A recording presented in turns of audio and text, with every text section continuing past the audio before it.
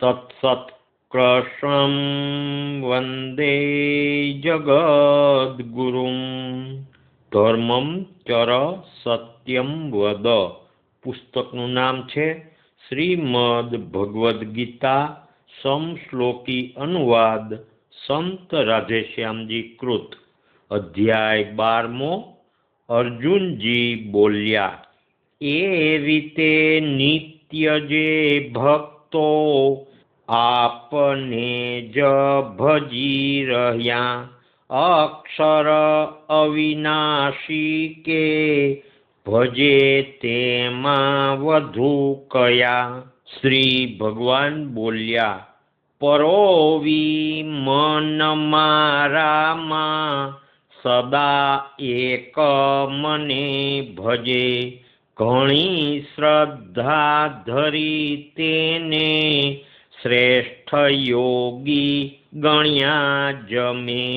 સર્વવ્યાપી સદા સ્થિર અચિંત્ય અચળ ધ્રુવ, અવિનાશી ન ચિંધાય ભજે અમૂર્ત જે પદ.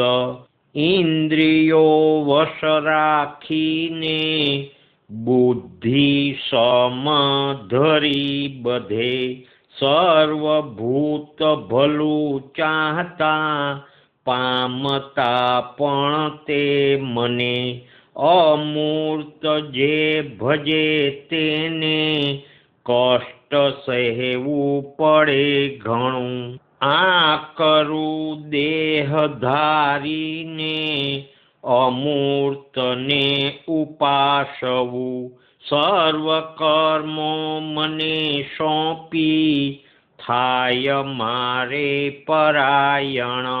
અનન્ય લક્ષ્યથી ધ્યાતા મને ઉપાસતા જન, આમ ભાવ ભીનું રાખે મારામાં ચિત્ત તેમને. તુર્ત હું જન્મ મૃત્યુથી ઉગારું ભવસાગરે, મારામાં મન ધારી રહે બુદ્ધિ સોંપી મને પણ. મારા વિશે સદા રહેશે પરલોકેય ન સંશય, મારામાં ચિત્તની વૃત્તિ રાખી શકે નથી રતું. નિત્ય અભ્યાસથી મુને પામવા ઈચ્છ પાર્થ તું, અભ્યાસ ન બને તો તું કર્મો મુજ અર્થે કર. મારે અર્થે કરે કર્મો મેળવે સિદ્ધિ સત્વર, એ પણ ન બને તો તું ઓથે આ મુજ યોગને. સંયમમાં રહી સર્વ કર્મના ફળ ત્યાગને, અભ્યાસથી વધુ સારો વિવેક તેથી ધ્યાન છે. વધુ સહેલો ફળ ત્યાગ, ત્યાગથી શાંતિ તે ક્ષણે. દ્વેષી ના કોઈ ભૂતોનો કરુણ મિત્ર સર્વનો, હું ને મારું નહીં જેને ક્ષમી દુઃખ સુખે સમો. સંતોષી નિત્ય છે યોગી સંયમી દ્રઢ નિશ્ચયી. મન બુદ્ધિ મને અર્પ્યા તે ભક્ત પ્રિય છે અતિ. જેથી લોકો ન પીડાતા પીડાયે લોકથી ન જે.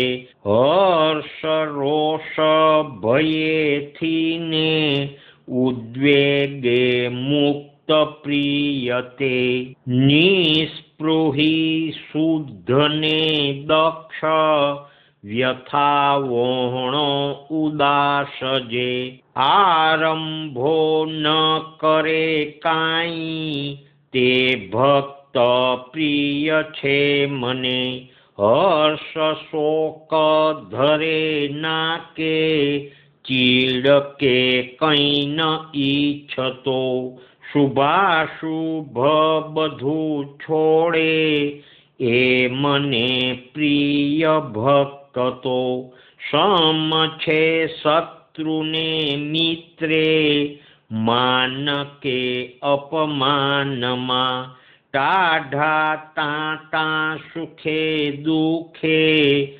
અસંગ સમ સર્વમાં નિંદા સ્તુતિ સમા માને મૌન સંતોષ જે મળે ઘર વહોણો સ્થિરા બુદ્ધિ તે ભક્ત પ્રિય છે મને ધર્મ રૂપી પરમ સત્ય પૂરું આ કીધું સેવતા શ્રદ્ધાળુ મુજ શરણે રે ભક્તો પ્યારા મને ઘણા ધર્મ રૂપી પરમ સત્ય પૂરું આ કીધું સેવતા શ્રદ્ધાળુ મુજ શરણે રે ભક્તો પ્યારા મને ઘણા ઓમ તત્સત વેદાંત શાસ્ત્ર ગાથા જે કૃષ્ણે ગાયેલ તે વિશે બ્રહ્મ વિદ્યા પરત્વેના યોગ શાસન વર્ણને કૃષ્ણ અર્જુન સંવાદે ભક્તિ યોગ સુનામનો અધ્યાય 12મો પૂરો શ્રી કૃષ્ણાર્પણ સર્વહો શ્રી કૃષ્ણાર્પણમસ્તુ શ્રી કૃષ્ણાર્પણમસ્તુ શ્રી કૃષ્ણાર્પણમસ્તુ આ અધ્યાયના અમુક શ્લોકોના શબ્દોના તત્વાર્થ ફૂટનોટમાં છે શ્લોક 8નો શબ્દ છે બુદ્ધિ સોંપી મને પણ એનો તત્વાર્થ ફૂટનોટમાં છે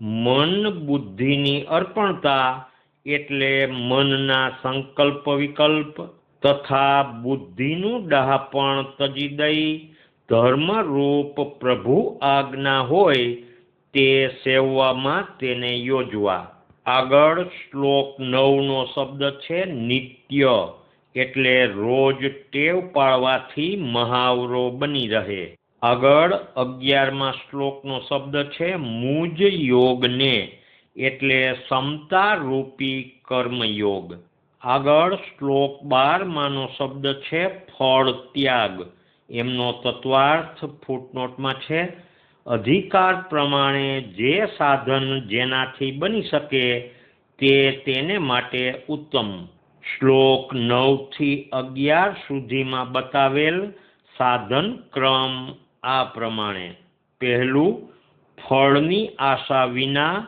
નિષ્કામ યોગ બુદ્ધિથી કર્તવ્ય આચરી બતાવવા બીજું પ્રભુની પ્રસન્નતા માટે સેવા સ્મરણ યજ્ઞ એટલે ધર્મ કર્મ દાન જપ તપ વ્રત વગેરે પરમાર્થના કર્મો તેમજ પોતાના લૌકિક વ્યવહારના તેમ બીજા સાર્વજનિક પરોપકારના કાર્યો ભગવાન પ્રસન્ન થાય તે રીતે લોભ કે સ્વાર્થ તજી ભગવત સેવા રૂપ કરવા જેમ કે ઝાડ વવરાવવા વાવ કે કૂવા ખોદાવવા પાણીના પરબ બંધાવવા ગૌચર રાખવા વગેરે ત્રીજું મન બુદ્ધિ હરિપરાયણ રાખી ચિત્તને એકલક્ષી બનાવવા નિત્ય ધ્યાન અભ્યાસ કેળવવો તે માટે મૂર્તિ વગેરેની સેવા મદદરૂપ થાય. ચોથું, પરિણામે પ્રભુમાં ચિત્તની સહજ એકધારી એકાગ્રતા બની રહે. આગળ સાર છે. પર પ્રભુના નિરાકાર અલક્ષ્ય અમૂર્ત સ્વરૂપ કરતા તેના મૂર્ત પ્રગટ સ્વરૂપની ઉપાસના ઘણી જ સુગમ અને સુખકર છે. તેમાં પણ તેની સર્વવ્યાપક સત્તાનું લક્ષ્ય તો રાખવું જ પડે છે. આમ સાકાર નિરાકાર સ્વરૂપે એક જ હોઈ ભેળા જ ભજવા પડે. કોઈ એકલા અમૂર્તની ઉપાસનાને ઊંચી કહે તો પોતાની સ્થિતિ રૂચિ વિચાર્યા વિના તેના મોહમાં પડવું યોગ્ય નહીં. મન બુદ્ધિ અર્પી ભગવાનમાં ચિત્ત ચોડી રહેતા ભગવાન સંસાર ભવસાગરથી ઝટ ઉગારી લે છે.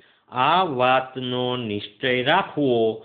તેથી ઈશ્વરી ગુણો દયા, ક્ષમા, નિઃસ્પૃહતા વગેરે કેળવાય છે. તે માટે પેલું પોતાના કર્તવ્યો નિષ્કામપણે કરવા. બીજું, દયા, પરોપકાર, પરમાર્થના કામો કરવાની ખૂબ ખંત રાખવી. ત્રીજું, દરરોજ સંધ્યા, જપ, પૂજન અર્ચન દ્વારા પોતાના ઈષ્ટનું ધ્યાન કરવાની ટેવ કેળવવી. ચોથું, હરિને પ્રિય કેમ થવાય તેનો ખ્યાલ સદા બન્યો રહે. તે માટે શ્લોક 13-20 બને તો નિત્ય પાઠ ભાવપૂર્વક કરી તે જ્ઞાન અંતરમાં ઉતારતા રહેવું. શ્રી નારાયણ ભગવાન કી જય. શ્રી કૃષ્ણચંદ્ર દેવ કી જય. દ્વારિકાધીશ કી જય. રણછોડરાય કી જય. નરસિંહરામ મહારાજ કી જય. સદગુરુદેવ કી જય. રાધે શ્યામ, રાધે શ્યામ.